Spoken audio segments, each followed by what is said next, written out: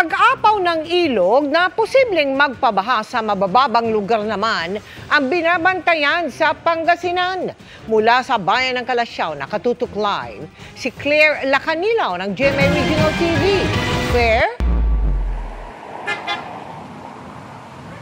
Mel, nakaalerto na ang iba't ibang ahensya ng gobyerno sa posibleng pagtaas ng antas ng tubig sa mga river systems sa lalawigan ng Pangasinan. Ngayong nakataas na sa signal number 3 ang lalawigan bunsod ng Bagyong Christine. Nakataas na rin sa red alert status ang buong probinsya.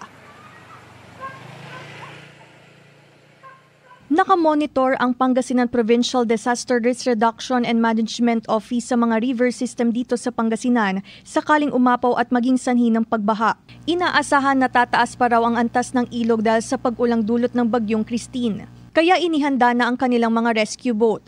Kasado na rin ang iba pang gamit sa rescue operation, pati ang evacuation center. Manatili po tayong nakahanda at alerto po, huwag po tayong pakakampante. Paalala na lamang po sa mga magulang, lalong-lalo na po at wala pong pasok ang mga bata.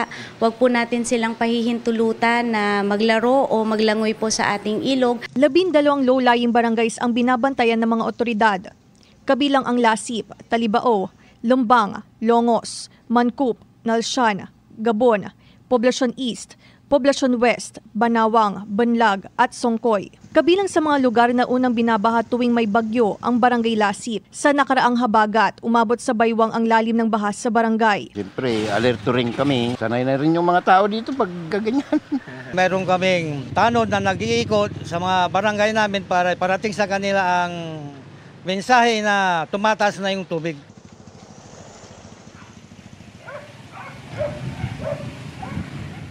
Mel, sa ngayon nakararanas ng panakanakang pag-ulan at malakas na hangin dito sa bayan ng Calasiao, Pangasinan. Nakabantay naman ang CDRRMO sa mga barangay, lalo na sa mga low-lying areas. Mel.